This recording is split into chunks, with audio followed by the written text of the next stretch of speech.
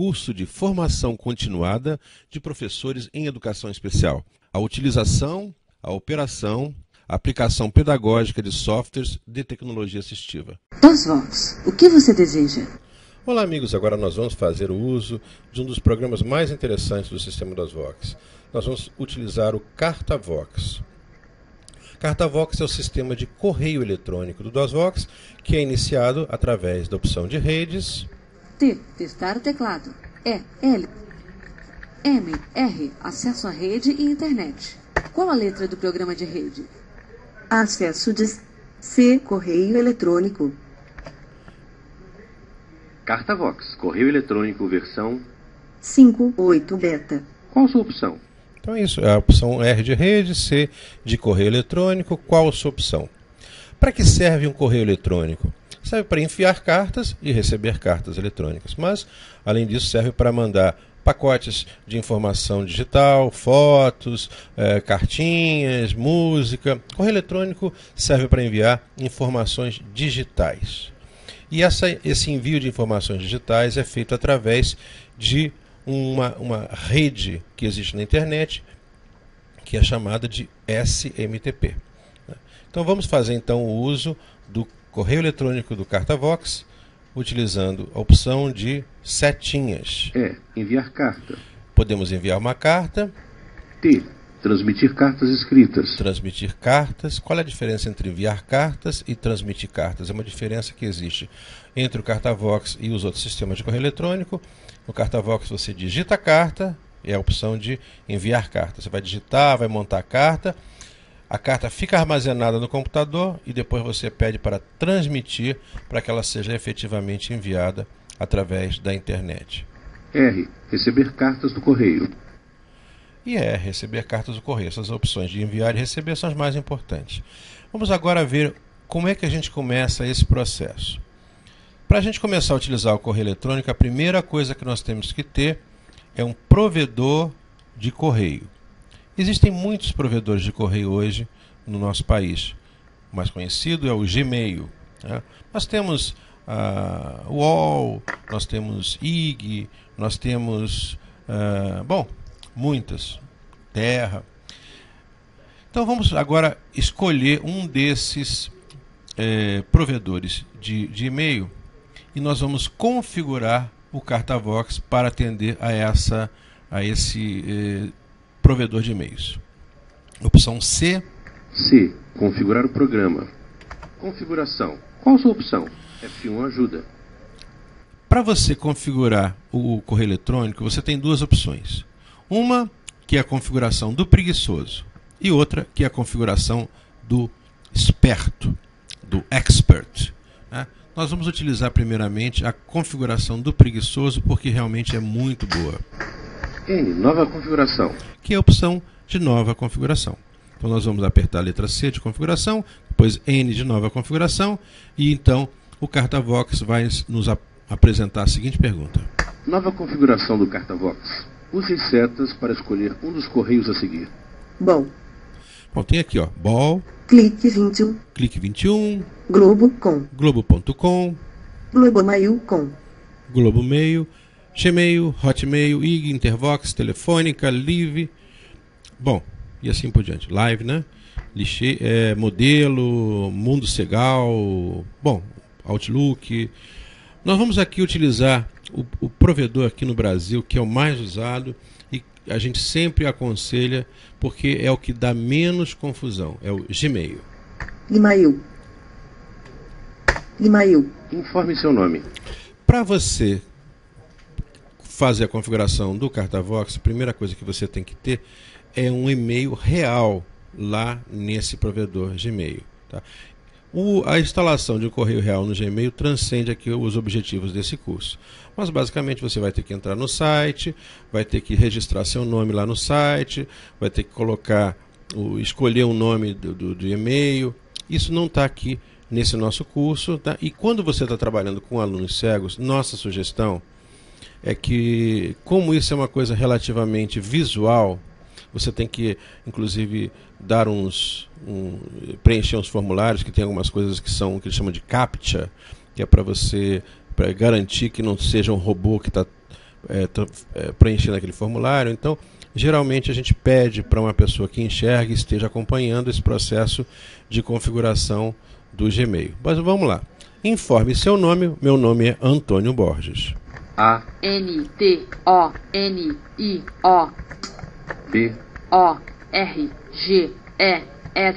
Qual o seu e-mail nesse servidor?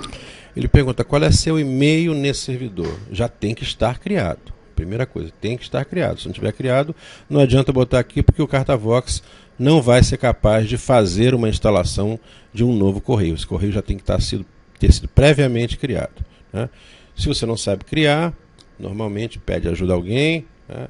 Mas ele vai estar criado para poder ser utilizado. Meu e-mail ANTONIO.DOSVOX@gmail.com. Meu e-mail lá no Gmail é antonio.dosvox@gmail.com. Bom, apertei Enter. Qual a sua opção? Pronto, configurou. Que coisa fácil. Basta bater o seu nome, basta bater seu e-mail, sendo que esse e-mail já está criado, né? E aí, qual a sua opção? Ah, professor, mas eu queria aprender a configurar o e-mail do Gmail. A gente vai ver daqui a pouquinho. Não se preocupe que a gente vai ver como é que faz essa configuração do Gmail. Por enquanto, ele já está criado. A maioria das pessoas já tem seu correio. Quais são as opções, então? Enviar carta. Pronto, enviar carta, receber carta.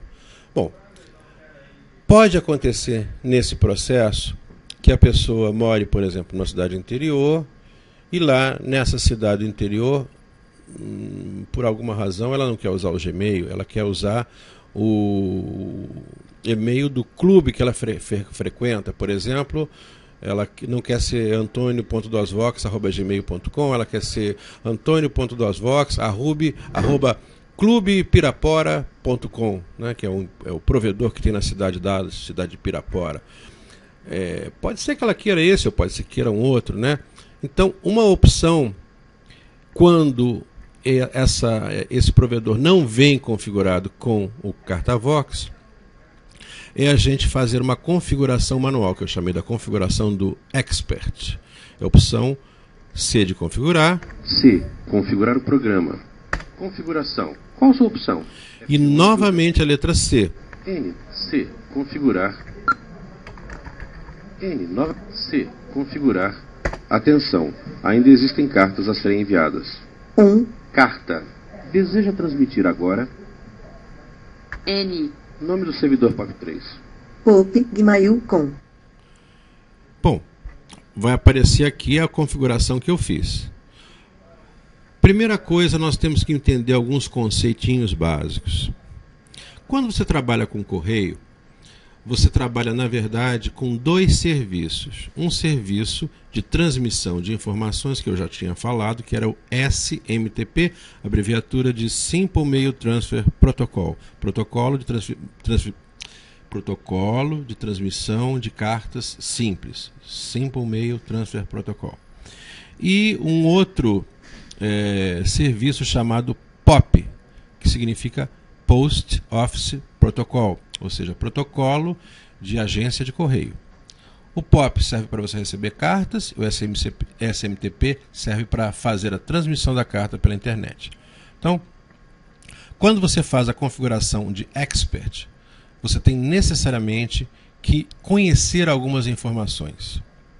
Você tem que conhecer o nome do servidor de POP3, você tem que conhecer o nome do servidor de SMTP, você tem que conhecer uma série de outras informações que a gente chama de portas, segurança. Em geral, a configuração para experts, é para pessoas que já estão acostumadas com a configuração da internet. Geralmente, técnicos de informática. Mas não é tão difícil assim, não. Deixa eu dar uma dica aqui que você vai ver que a coisa não é tão difícil. Primeira coisa que aparece nesse formulário de configuração do Cartavox é o nome do servidor POP3. Quase todos os servidores de POP3, ou seja, servidores de recepção de cartas, começam pela palavra POP ou pela palavra POP3. Alguns com POP, alguns com POP3. No caso do Gmail, é POP. Então, POP. pop.gmail.com. pop.gmail.com. Então, esse é o nome do servidor POP3. Por exemplo, se fosse terra, seria pop3.terra.com.br. Esses nomes, quando você contrata um serviço de provimento, ele vai dar para você, olha, o nome do nosso servidor é esse aqui, você usa o nome desse servidor. Tá? Segunda coisa é o que a gente chama de porta POP3. O que é uma porta? É um valor numérico que se refere a um lugar de transferência de informações que é utilizado por padrão. Então, no caso do Gmail, o nome dessa porta é 995. Porta POP3, 0 usa padrão. 995. Quase todos, eu diria assim, 99% dos provedores do Brasil usam 995. Alguns usam um outro valor diferente, mas aí você teria realmente que perguntar ao técnico da empresa com que você está contactando, com que você está interagindo, para saber qual é o endereço da porta. Mas geralmente é 995. POP3 exige segurança. Sim. POP3 exige segurança. Quase todos os serviços de internet hoje são com segurança para evitar hackers. Então, POP3 exige segurança? Sim. Pouquíssimos provedores não oferecem segurança hoje no Brasil. Até porque isso é uma norma geral da internet no Brasil. Bom, então com relação à recepção de cartas é isso. O nome do servidor, que é o POP, etc. Depois a porta, que geralmente é 995, e se ele exige ou não segurança, que geralmente a gente coloca sim. Em seguida, o nome do servidor SMTP. Geralmente o servidor SMTP começa por SMTP. No caso do Gmail, smtp.gmail.com. Nome do servidor SMTP. smtp.gmail.com. Da mesma forma, a porta. Porta SMTP, 0 usa padrão. 465. Novamente, a porta, geralmente, no caso do Brasil, geralmente é esse valor 465. Embora existam alguns servidores que não utilizam essa porta. Mesma coisa com relação à senha. SMTP precisa de senha. Sim. Geralmente sim. Não se deve utilizar correio eletrônico sem senha. SMTP exige segurança. Não. Como assim não exige segurança? Bom, aqui há uma explicação adicional a ser dada. A maior questão de segurança diz respeito à recepção de cartas. Alguns serviços de SMTP oferecem segurança no envio também. Aí você pode optar por não ou sim. Alguns servidores não aceitam colocar sim. Mas, eu diria assim, quase todos hoje precisa de senha? Sim. Exige segurança para SMTP? Não. Isso é o padrão, mas você pode até tentar botar sim, pode ser que o seu provedor de internet, provedor de correio aceite. Né? Em seguida, uma informação adicional muito importante, que é o chamado IMAP, ou IMAP se você quiser. Nome do servidor IMAP. imap.gmail.com. O servidor IMAP é uma forma alternativa de você fazer acesso ao seu correio eletrônico. E ele é muito útil quando o seu correio eletrônico é um correio eletrônico complexo, como é o caso do Gmail, que permite você criar várias pastas. E o processamento IMAP ele tem uma vantagem em relação ao processamento POP, que é o seguinte: quando você pede para receber cartas do correio, o serviço POP pega as cartas e coloca na sua caixa postal no seu computador. Se você tiver 2 ou 3 computadores, quando você tirar a caixa postal e botar no seu computador número 1, ele já ficou no computador número 1 e sumiu da caixa postal. Quando você tem a necessidade de ler cartas em diversos computadores, aí você provavelmente vai precisar de utilizar o serviço chamado IMAP. Mas o serviço IMAP já é um uso, digamos assim, um pouco mais sofisticado do sistema de correio do sistema do Asvox. Eu sugiro que se você tiver interesse no sistema IMAP, dê uma olhadinha no manual do programa IMAP Util, que é o sistema de recepção de cartas mais sofisticado. Por enquanto, para os nossos usuários iniciantes, o POP está de muito bom tamanho. Em seguida, o seu nome. Nome registrado como Antônio Borges. Endereço para resposta. Se você quiser, você pode ter um nome para receber e outro nome para enviar. vou deixar o mesmo nome, vou deixar o endereço para a resposta vazio. Em seguida, endereço eletrônico. antonio.dosvox@gmail.com. Conta no servidor. antonio.dosvox@gmail.com. em geral, o endereço eletrônico e a conta têm a mesma configuração. Há, às vezes, a necessidade de você colocar um endereço eletrônico e uma conta com valores diferentes, mas isso aí é uma coisa um pouco específica de alguns provedores. Em geral, é a mesma coisa, que é o e-mail da pessoa. Diretório para cartas recebidas. C. Winvox e-mail.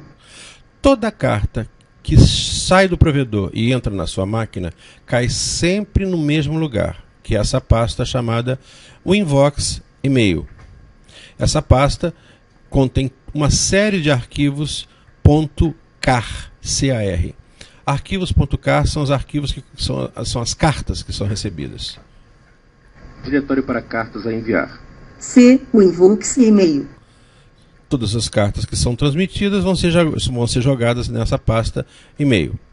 Bom, há uma série de outras informações aqui que nós sugerimos que você dê uma olhadinha no manual do programa CartaVox. Como é que a gente olha o manual? No sistema das Vox, você utiliza o utilitário de manuais, que é o M, depois vá com as setas até o manual do CartaVox. Então, o resto dos parâmetros você vai ler no manual, porque etc, etc. Você já viu como é que é a história, né? Limite do tamanho para a carta recebida. Arquivo de assinatura. Arquivo de apelidos. Guardar cartas enviadas.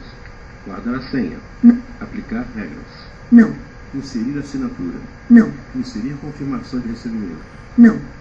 E assim por diante. Você vai então apertar a tecla Escape para terminar a configuração e aí aperta Enter e volta ao CartaVox. Fim da configuração. Qual a sua opção? Bom, por enquanto, nossa primeira aulinha sobre CartaVox é isso, como configurar o seu CartaVox. E a gente viu aqui duas formas bem simples.